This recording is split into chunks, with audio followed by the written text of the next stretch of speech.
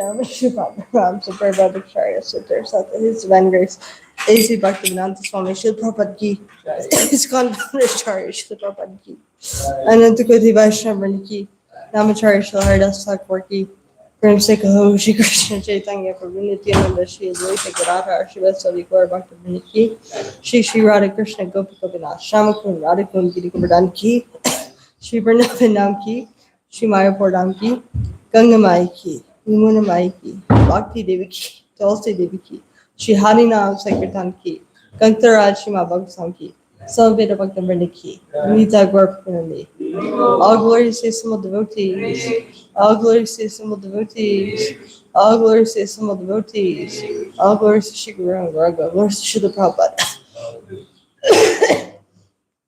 Are there any more cough drops over there? There's like I like specifically the ones are called like mint, you know?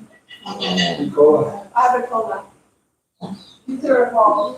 Halls are good. Cola is the best. Yeah, the cola's the best. Okay. Wait. The cola is the Yeah. I just know generally if they're lemon flavor, they don't work as well with me. Let's see here. Hold on. They had to have some sort of like strong soothing. At least for what I got going on. Yeah, thank you.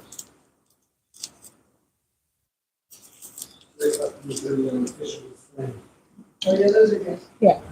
I'm like to the stage where, you know, after you get over being sick, but you're still like coughing every time you try to read, sing, or speak for long periods of time. Yeah, that's how I feel. So, anyway, so today we're doing Canto 4, Chapter 23, Text 11. Chapter is entitled, Om Namo Bhagavate Vasudevaya. Om Namo Bhagavate Vasudevaya. Om Namo Bhagavate Vasudevaya. Om Namo Bhagavate Vasudevaya. Om Namo Bhagavate Vasudevaya. Om Namo Bhagavate Vasudevaya. Narayana Namaskritya. Narayana Namaskritya. Param Chaiva Narottama. Param Chaiva Narottama. Devim Saraswatam Vyasam. Devim Saraswati Vyasam. Tato Jayam Udirayat. Lojaya Bhagiraya. Nastapraishu Bhadreshu. Nastapraishu Bhagreshu. Nityam Bhagavata Sevaya. Nityam Bhagavata Sevaya. Bhagavati Utamashloke. Bhagavati Utamashloke. Bhakti Bhavati Nashiki. Bhakti Bhagavati Nashiki. Horse and the Srimad Bhagavatam, which is our very means of conquest, one should offer respectful obeisances unto the personality of Godhead and Narayan, unto Narayan Rishis, Supremest Supreme Being, unto Mother Saraswati, the goddess of learning, and unto Srila Vyasadeva, the author, by regular attendance in classes on the Bhagavatam, and by rendering service unto the pure devotees. All that is troublesome to the heart is almost completely destroyed, and living service unto the personality of Godhead, who is praised with transcendental songs, is established as a remarkable fact. Okay, so today we're doing Canto 4, Chapter 23, chapter entitled Maharaj Pritu's Going Back Home, Going Back to Godhead. And today we'll be covering text 11 with this very nice Sanskrit verse. Tasyanaya Bhagavato Parikarma Shuddha. Tasyanaya Bhagavata Parikarma Shuddha. Satvatmanastan Anusham Smarananuputra. Satvatmanastan Anusham Smarananuputra. Jnanam Virakritimad Abundishitinayena. Jnanam Virakritimad Shichera Samshaya Padam Ninja Jiva Kosham. Shichera Samshaya Padam Ninja Jiva Kosham. Tasyanaya Bhagavata Parikrama Shuddha. Tasyanaya Bhagavata Parikrama Shuddha. Sadvatmanastan Anusam Smarananduputra. Sadvatmanastan Anusam Smarana Jnanam virakti marabun nishitena yena.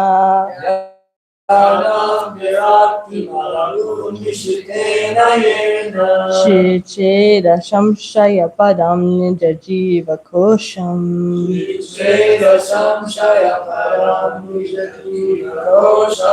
Tasyanaya bhagavato parikrama shura.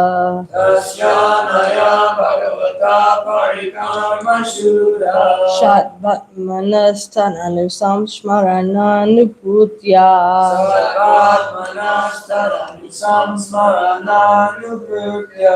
Yana virakti malabun nishitena yena.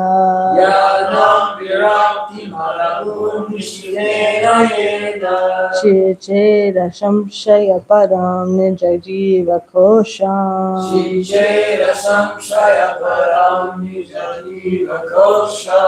Finish it?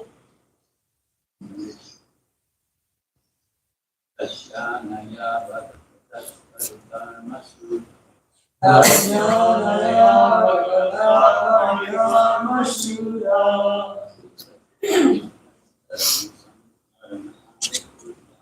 Sattvatmanastarani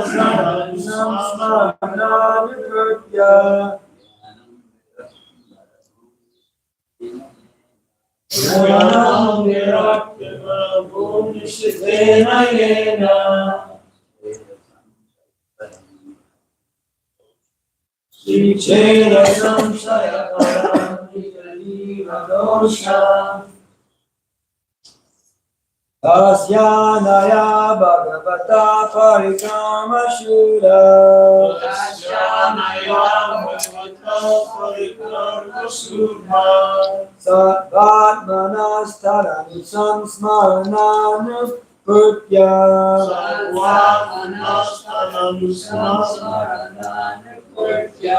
Jnanam virakti marabun nishitena yena.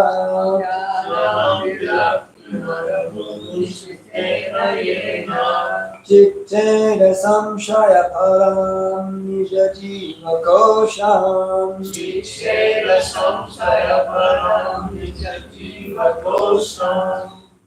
Tasyanaya Bhagavata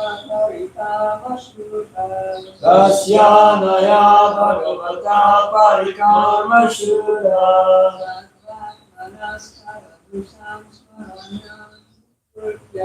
Sattvatmanastaram samsmarananupurtya.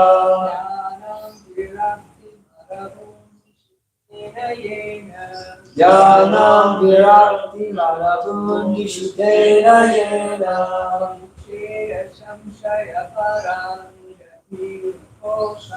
Chechera samshaya param nijajiva kosham.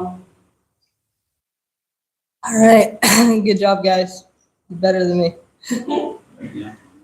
All right. Word for word. Dasya, his. Anaya, by this. Bhagavata, of the Supreme Personality of Godhead. Parikrama, activities of devotional service. And so, like, we go to holy places as described growing on parikrama. And then also, when we walk around Tulsi Devi in the morning, that is considered a mini parikrama.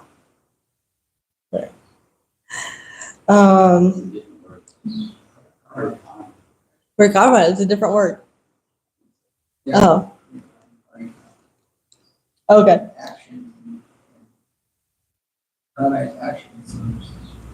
Yeah. That's what I was thinking, but I hear people say it like the same thing, so maybe it's just pronunciation. Okay. Shuddha, pure, transcendental, sattva, existence, atmanaha, of the minds, tat, of the Supreme Personality of Godhead, anushamsmarana, constantly remembering, constantly remembering. Smarna, remember. Anuportya, being perfectly done. Jnanam, knowledge. Turn the page here. Stuck. There we go.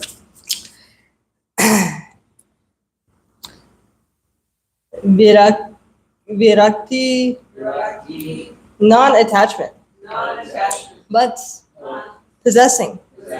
Abut became manifested. Nishitana, by sharpened activities. Yena, by which. Chicheta, become separated. Samshaya param, position of doubtfulness. Ninja, own. Jivakosham, engagement of the living entity. So your name is Jivakosham Das, one who is engaged. All right, translation. By regularly discharging devotional service, Prithu Maharaj became transcendental in mind and could therefore constantly think of the lotus feet of the Lord. Because of this, he became completely detached and attained perfect knowledge, by which he could transcend all doubt. Thus he was freed from the clutches of false ego and the material conception of life. Please repeat. By regularly discharging devotional service. Prithu Maharaj became transcendental in mind and could therefore constantly think of the lotus feet of the Lord. Because of this, he became completely detached and attained perfect knowledge, by which he could transcend all doubt. Thus he was freed from the clutches of false ego and the material conception of life. Purport by His Divine Grace Srila Prabhupada. In the Narda Pancharatra, devotional service to the Lord is likened unto a queen. When a queen gives an audience, many maidservants follow her. The maidservants of devotional service are material opulence, liberation, and mystic powers. The karmis are very much attached to material enjoyment. The jnanis are very anxious to become freed from material clutches. And the yogis are very fond of attaining the 8 kinds of mystic perfection. From the Narda Pancharatra, we understand that if one attains the stage of pure devotional service, he also attains all the opulences derived from fruitive activities, empiric philosophical speculation, and mystic yoga practice.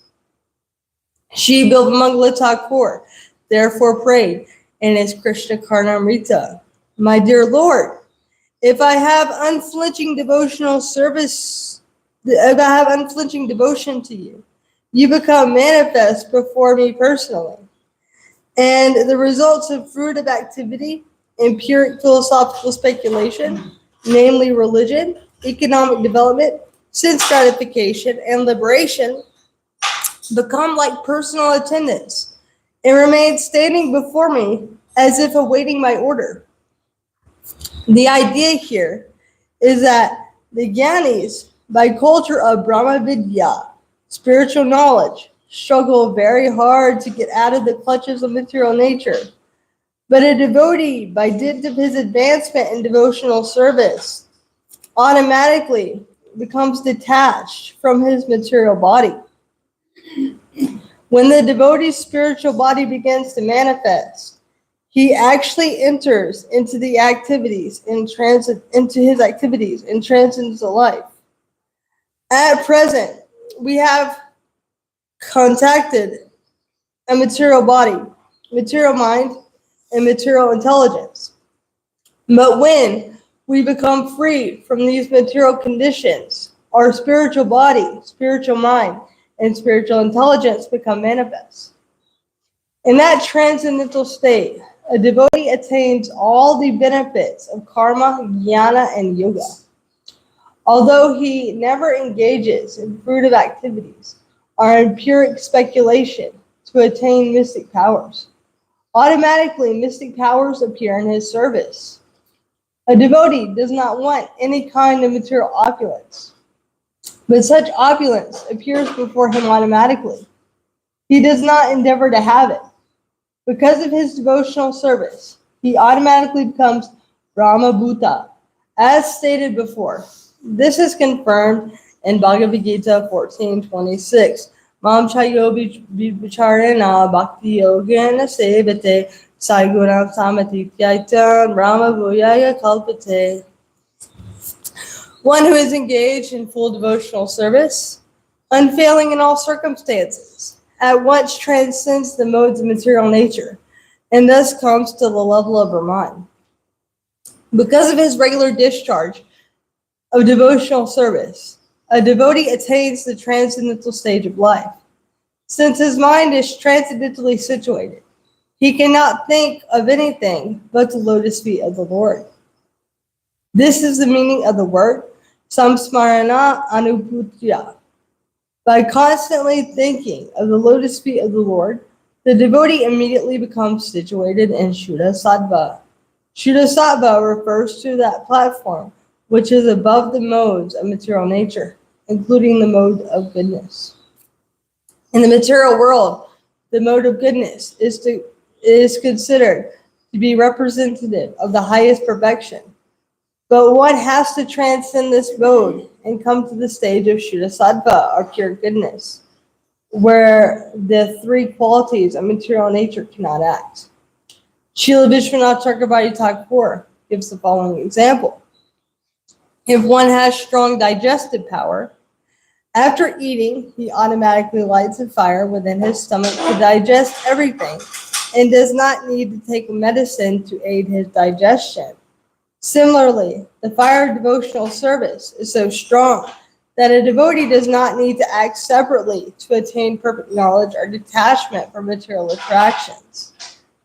A jnani may become detached from material attractions by prolonged discussions on the subjects of knowledge and may in this way finally come to the Brahma Bhuta stage. But a devotee does not have to undergo so much trouble. By virtue of his devotional service, he attains the Brahma Bhuta stage without a doubt. The yogis and jnanis are always doubtful about their constitutional position. Therefore, they mistakenly think of becoming one with the Supreme. However, a devotee's relationship with the Supreme becomes manifest beyond all doubt, and he immediately understands that his position is that of eternal servant of the Lord.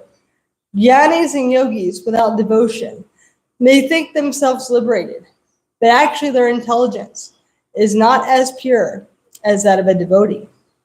In other words, the jnanis and yogis cannot become factually liberated unless they become elevated to the position of devotees. Arudhya Krishna Param Param Tatha Padant Yado Nyadritya Yusman Anugrayaha. Bhagavad Gita Bhagavatam 10:32.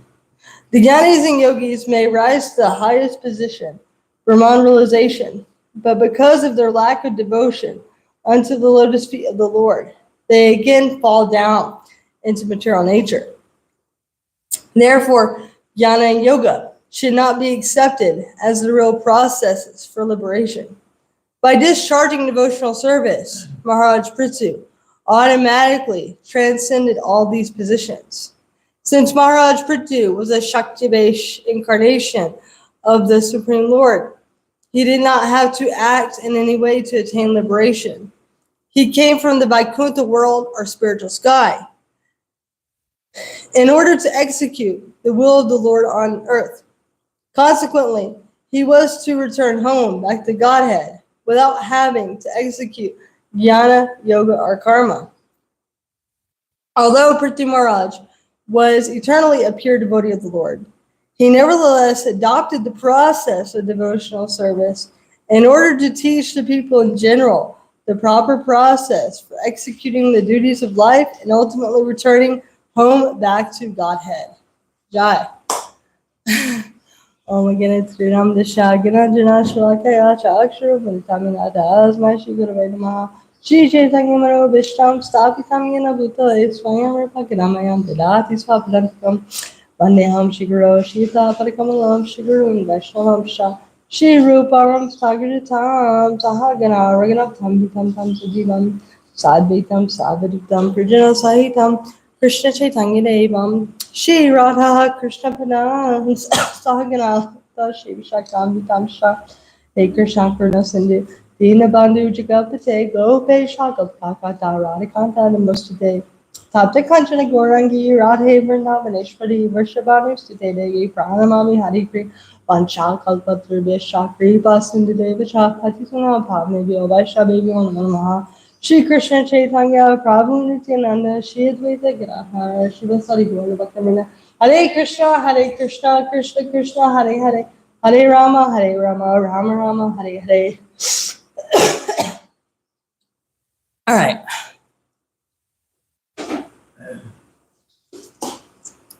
So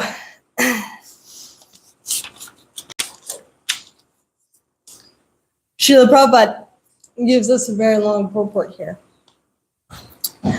And if you notice by studying the words in the mood of Srila Prabhupada, he always pushes the points that devotional service unto the personality of Godhead is really all we need to endeavor for. One of the first instructions I think I ever got in spiritual life, and this was said to me over and over again, probably because I was still am a great sense of joy or materialist person. When you become a pure devotee,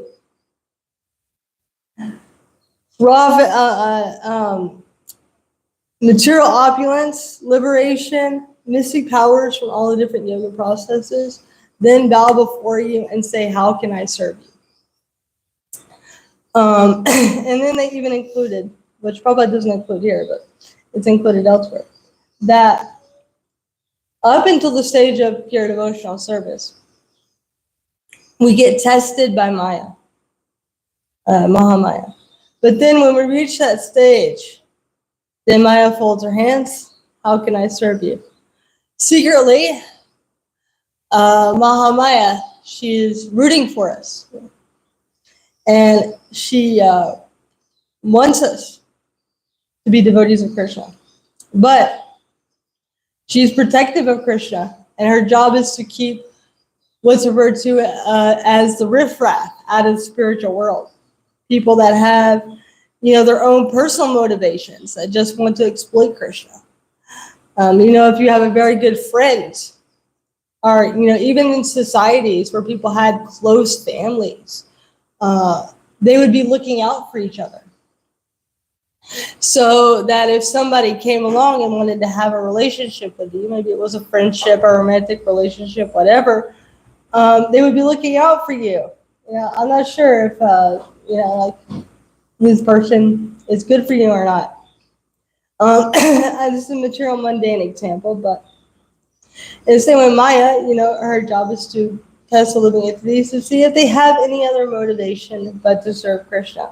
Because in the spiritual world, everything is about loving service to Krishna. And when one fully surrenders to Krishna, Krishna gives himself.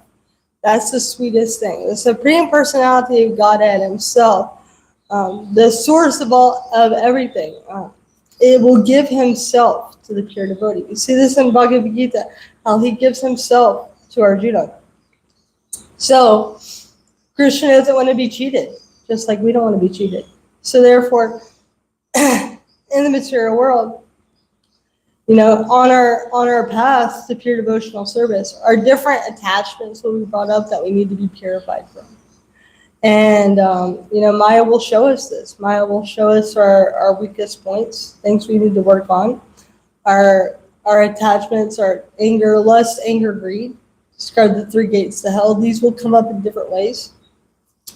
And we can take this as a learning experience. Okay, this is something I need to get purified from to go to Krishna when these things are brought up. But if we're not alert, we can become entangled. However, as I said previously, when we get to the topmost stage, all these things then want to serve the devotee. Just like with Haridas Thakur, Devi herself came to tempt him. And because he was so fixed in chanting the holy name, he could not be distracted by her. So he conquered Devi himself. So Prabhupada is making the point here that pure devotees, they don't need to separately endeavor for anything else. There is a very sweet story with Sanatana Goswami, and it's told in one of Srila Prabhupada's purports in the Bhagavatam, that once there was a Brahmana that worshipped Lord Shiva because he wanted a solution to all of his different material problems. And one day he comes upon Sanatana Goswami, who's chanting the holy name. Sanatana Goswami is one of the associates of Lord Chaitanya, very dear associates. And Sanatana Goswami has this touchstone that's in the trash. So the person asked for it, can I have that touchstone? Touchstone that fulfills, gives wealth, fulfills desires. Sanatana Goswami gave it to him because he thought, the guy was thinking, oh, this is the greatest treasure. But then later he noticed that Sanatana Goswami has this touchstone in the trash. Why is that? If this is the greatest thing. So he goes to Sanatana Goswami and he says, why do you have this in the trash? And Sanatana Goswami tells him, this is not the real wealth. But if you're ready, I can give you what the actual real wealth is. So the Brahmana thought about it. And he said, okay. He wanted the real thing. So it's described that Sanatana Goswami therefore then initiated him into the chanting of the Hare Krishna Mahamantra.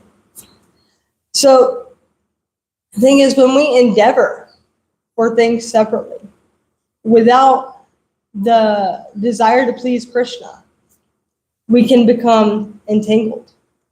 The Bhagavatam tells us that for one who contemplates the objects of the senses, when you contemplate something to want to enjoy it for yourself, lust develops. From lust, anger arises.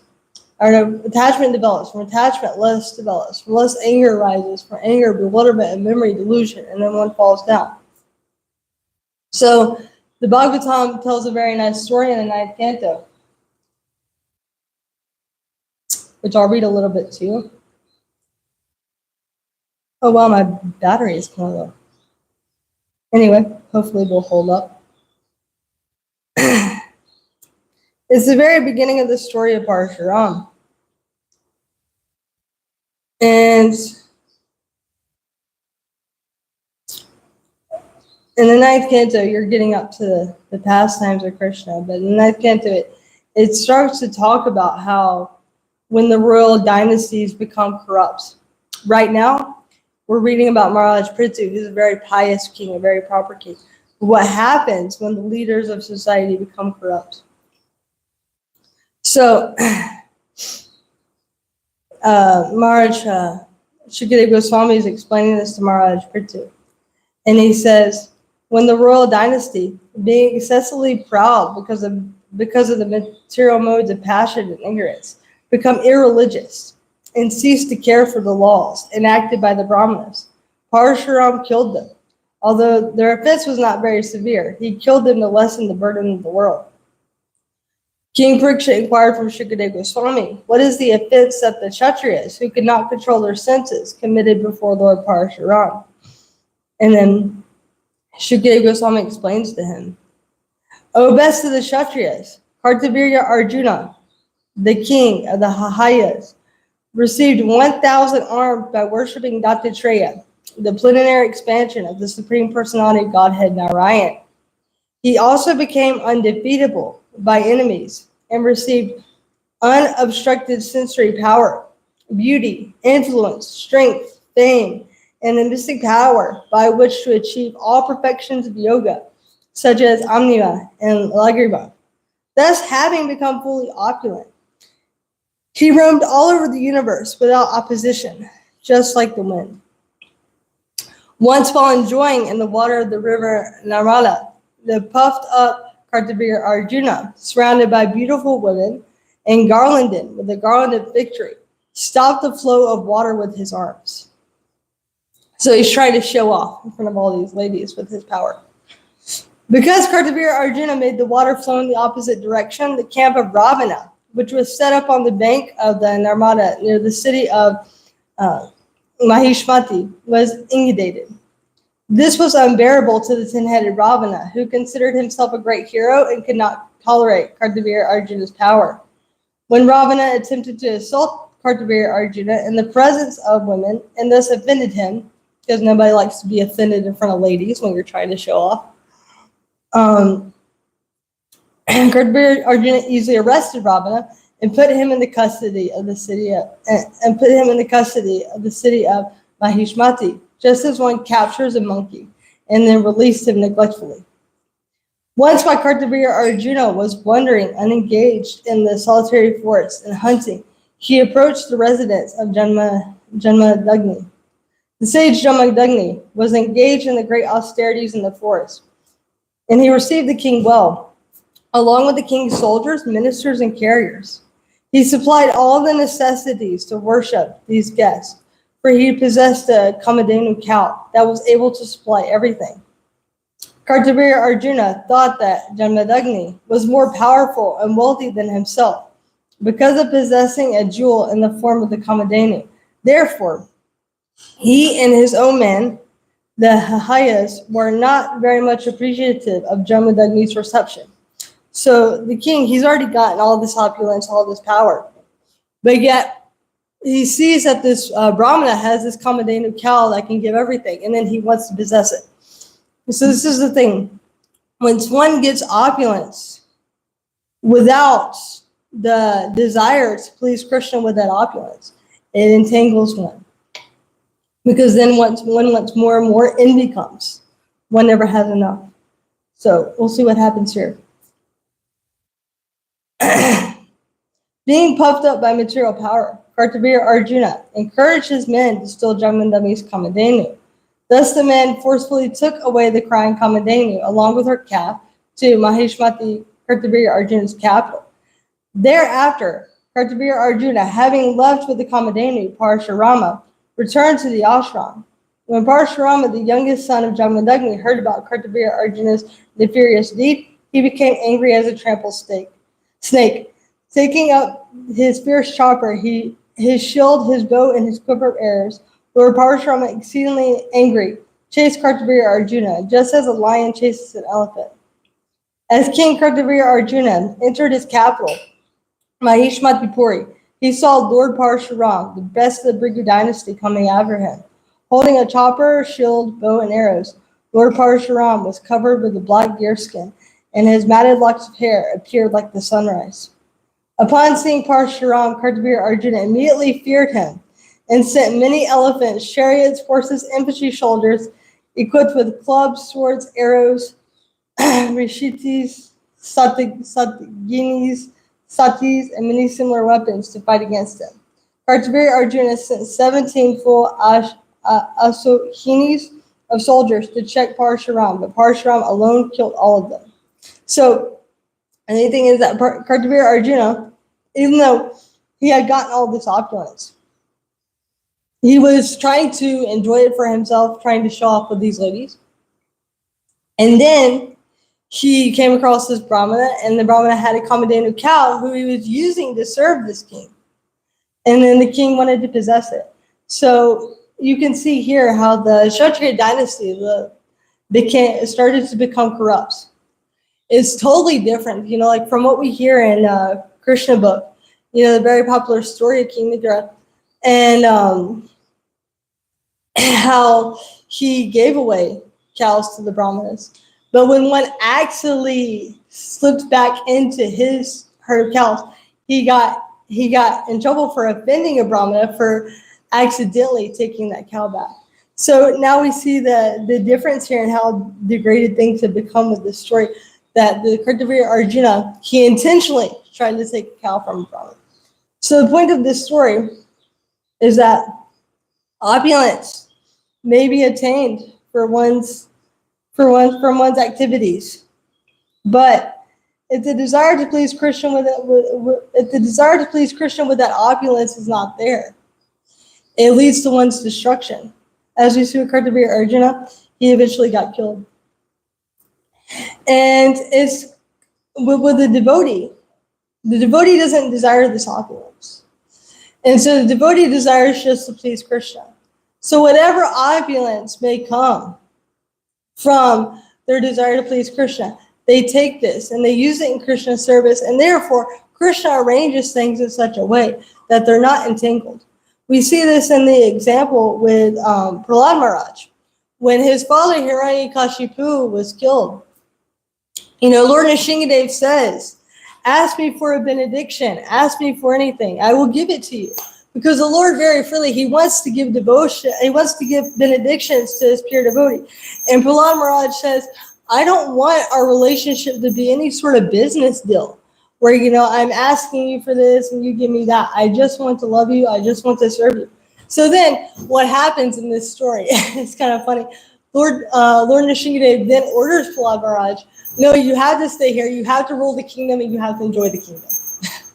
So, for 36,000 years, Prahlad Maharaj, he ruled the kingdom. And with this, and as we can see in this example, Kartaviriya Arjuna, when you're a king, you get a lot of opulence, you get a lot of power. But with Prahlad Maharaj, he was never entangled by this opulence, because his mentality was, how can I please Krishna with the opulence that I have? And when one has that mentality, whether they have all opulence or no opulence, Krishna arranges things in such a way that they are taken care of, that they are provided for. You see the same thing with Kardama Muni. He was a progenitor. His job was to to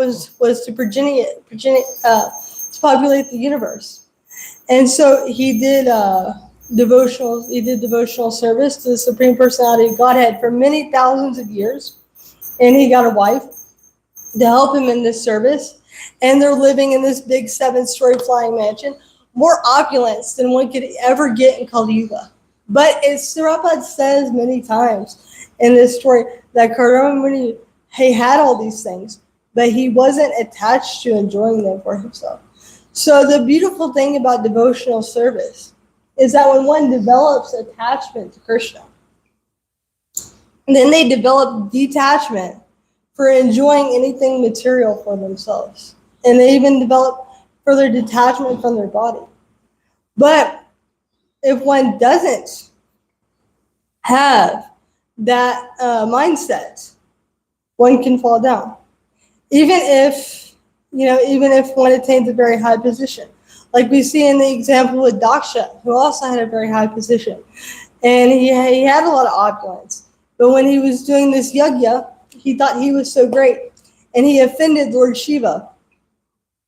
Because Lord Shiva didn't stand up for him when he walked into the room. And he thought, Lord Shiva is my son-in-law. He should stand up. He should respect me. I'm Daksha. I'm so great. And therefore, he started hurling insults at Lord Shiva. Lord Shiva was meditating on the Supreme Personality of Godhead. He wasn't trying to offend Daksha. But Daksha, he took offense. So this is also another great lesson, that if we don't have that mentality to please Krishna, whatever we obtain, that could entangle us also by causing us to make offenses to devotees. Also, again, Daksha, when he took birth again, after the whole issue with Lord Shiva, he was doing austerities to please the Supreme Personality of Godhead, for getting a wife to help him with his service. And then Lord Vishnu came to him and said, I'm very pleased by your service. You want all living entities to be happy. Therefore, I want all living entities to be happy. So you got a good benediction from the Supreme Personality of Godhead. But he therefore then, because he was in the mode of passion, he let that mode of passion control him, and he offended Narada. So one has to be very careful also too on this path of devotional service, that whatever we obtain, we keep the mentality of how can I use this to serve Krishna? Because sometimes seemingly, even if we're on the path, if we're not careful, we can be led astray a little bit. Maya is very strong, and Maya can be very subtle.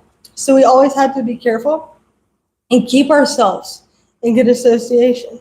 Like the pastime was brought up last week of Bharat Maharaj. It's described that by his devotional service, Prabhupada actually glorifies him at the very beginning, because he said by his devotional service, he had detachment from his kingdom and from his family, and he was able to give all that up, and he just wanted to go to the forest and practice devotional service, and he was almost perfect. He was on the level of Baba, which is very rare that one falls down from the level of Baba. But because he let his mind become deviated just a little bit, it kept going further and further and further. So if you give your mind an inch, it takes a mile. Which is why in one of the purports in the 9th canto, Prabhupada brings up, because later in this story, after Parshuram handles the Kshatriya kings, what happens is his father is doing his Brahminical sacrifices, and his wife goes down to collect water. Because at this time, the wife, in the Brahmana caste, the wife helps the husband with their sacrifices. And so she goes down to collect water, and she sees the Gandharvas, the king of the Gandharvas, swimming in the water. And Gandharva people are very beautiful. And so she gets distracted a little bit, checking out this Gandharva just for a minute. And the time for sacrifice had already passed. And so she goes back, and she's fearing her husband. So she goes back and says, "Oh, please forgive me. I messed up." But because of his Brahminical power, he could understand that she had been checking out this Gandharva, and he took it personally. So he had her killed. But then later, Parshuram, he asked for the benediction. Bring my mother, bring all my brothers back to life. But Prabhupada makes a point in the purport after this, kind of like, wow, that's a crazy, insane story. But Prabhupada makes a point afterwards, because what happens later is that Jamadagni, he gets killed. And so Prabhupada says, after he gets killed, that he had to suffer for the offense of killing his wife. Because he was thinking, when one starts to deviate a little bit, they think, oh, you're my property, you're mine.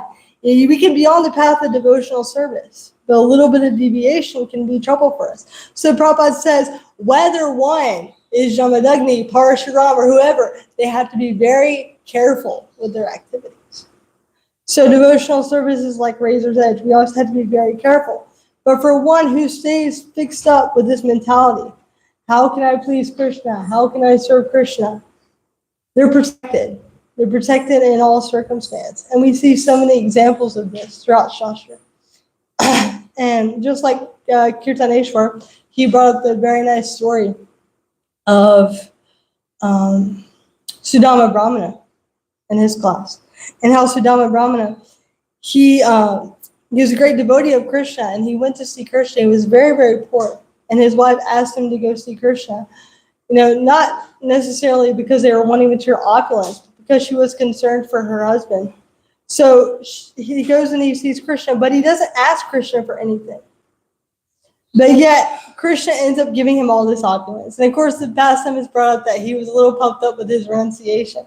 But at the same time, for one who has that mentality of always wanting to please the Supreme Personality of Godhead, they're not distracted by these things.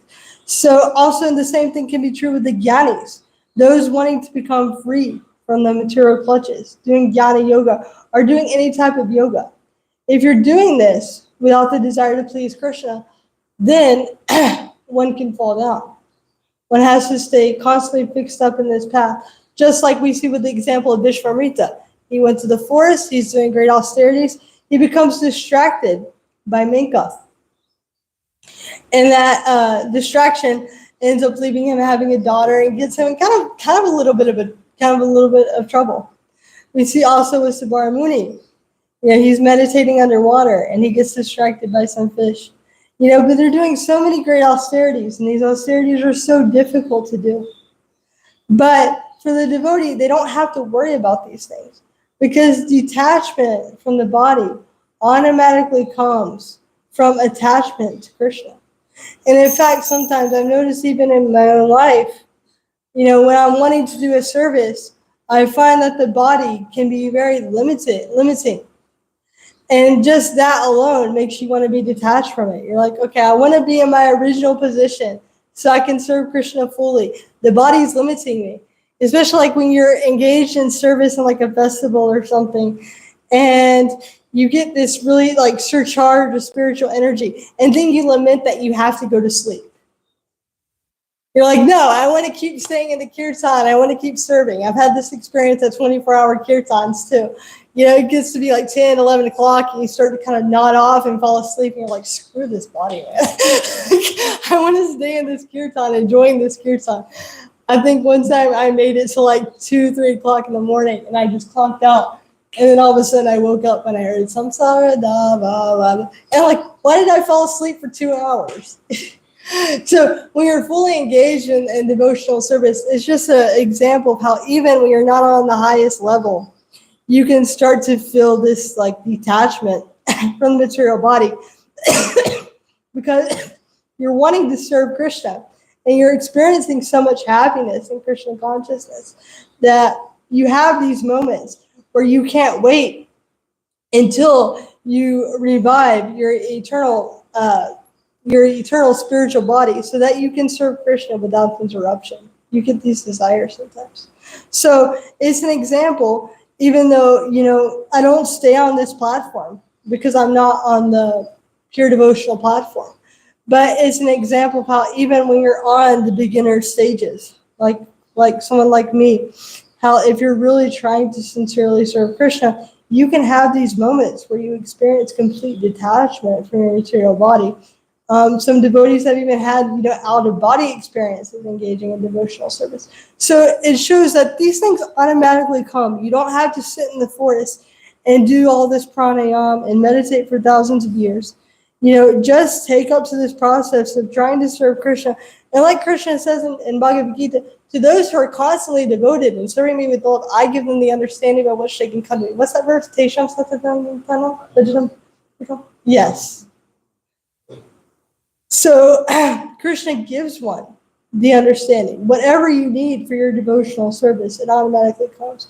So really what Prabhupada is getting at with this purport is that all we need to do at the end of the day is just try to love Krishna, try to please Krishna, try to serve Krishna. And all these other things, yogic powers, material endurance, whatever we need for our service, if it comes in such a way that it doesn't actually entangle us if our goal is to make Krishna happy. But if we get it separately, if we are trying to please our senses and we get these mystic powers, we can cause ourselves harm. Like in the case of Devarsa Muni, he ended up offending Ambarish Maharaj. So we had to be very careful with these things. And as I mentioned, so many examples with material opulence as well. So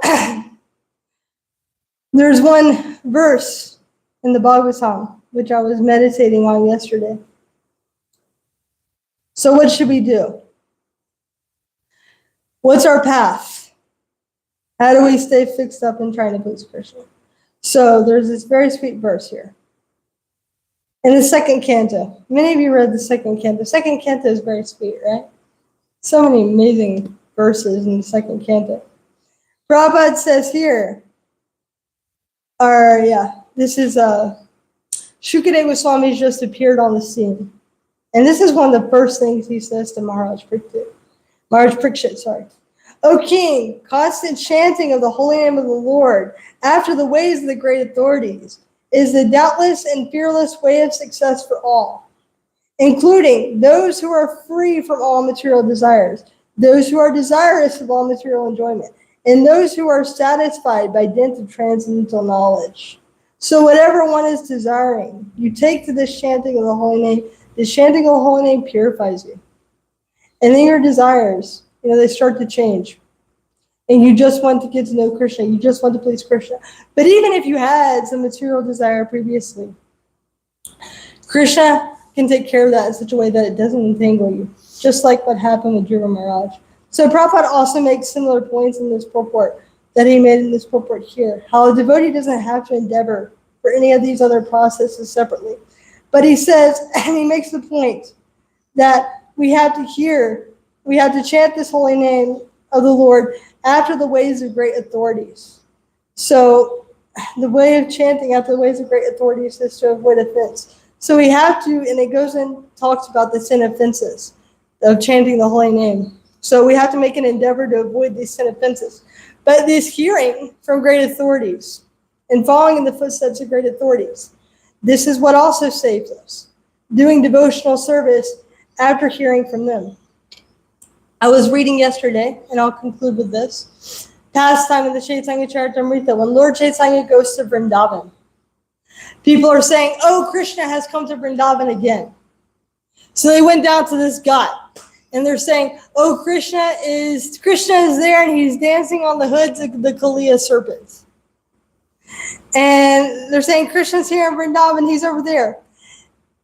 And they were right, but they were wrong. Because Krishna had returned to Vrindavan again, but in the form of Chaitanya Mahaprabhu. But Prabhupada said, because they were speculating,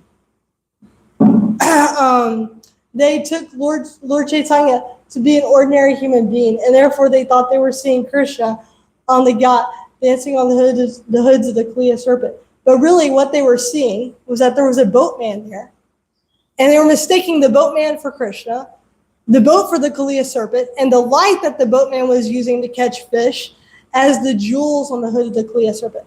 So when people were saying this, at one point, Ballabhadra Bhattacharya, he asked Lord Chaitanya, I want to go down there and see Krishna.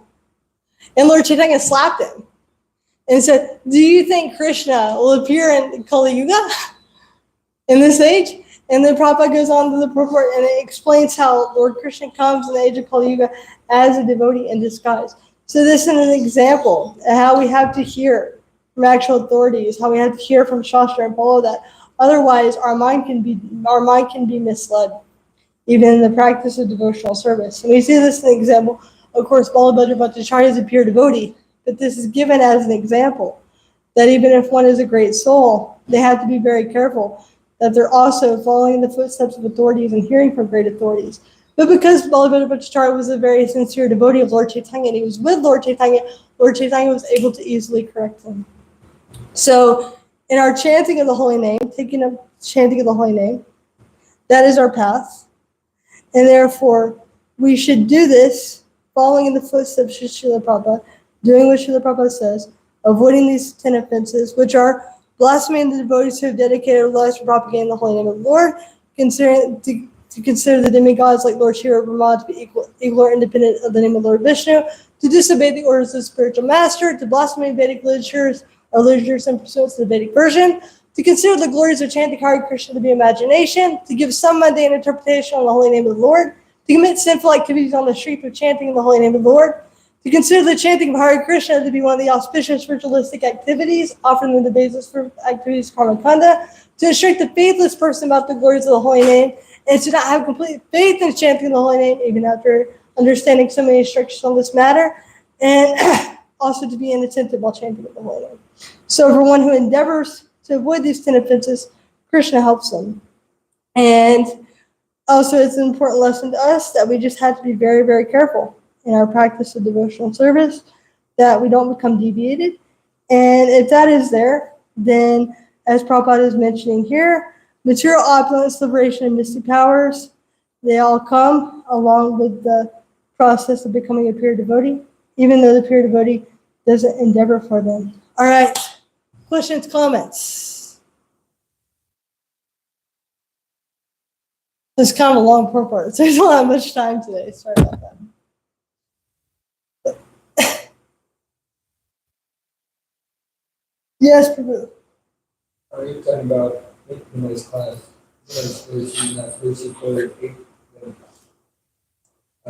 Following the ways of grace warriors, and my favorite verse about the chances that we did function of God. Oh, sweet words. But the Maharaj had some material desires when he first the Lord.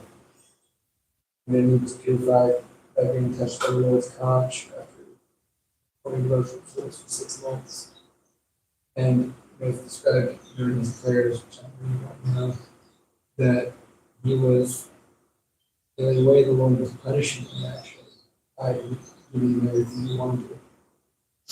Because he was lamenting that he had to go and rule the kingdom for 36,000 years. He wanted to go back to Godhead right then. The Lord said, no, you wanted to, have options. 36,000 years of being a king to go. And so Maharaj was lamenting that he had attained everything he wanted, but he at that point, after seeing the Lord, he just wanted to go back to Godhead.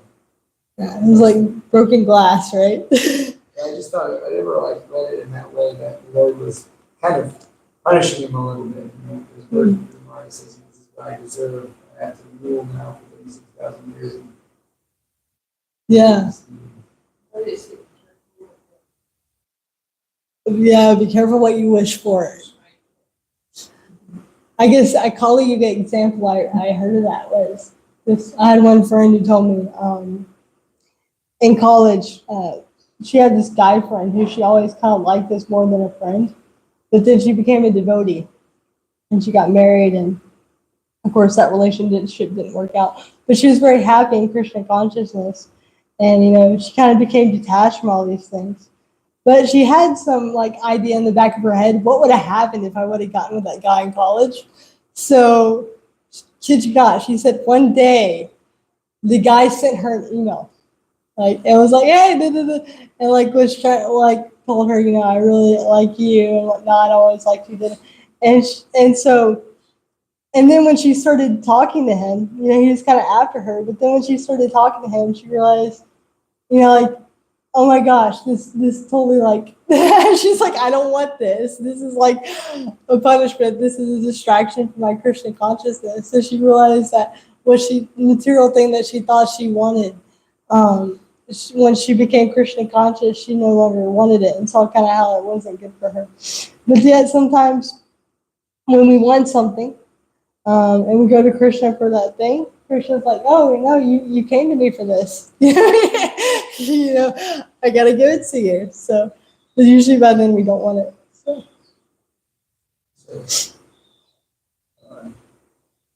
Rudra asks Krishna to hand over his chakra. He says, I'll hand over my chakra. Yeah.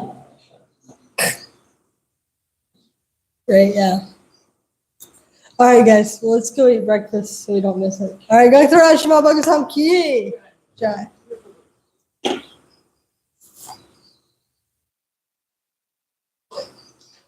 Anything happen?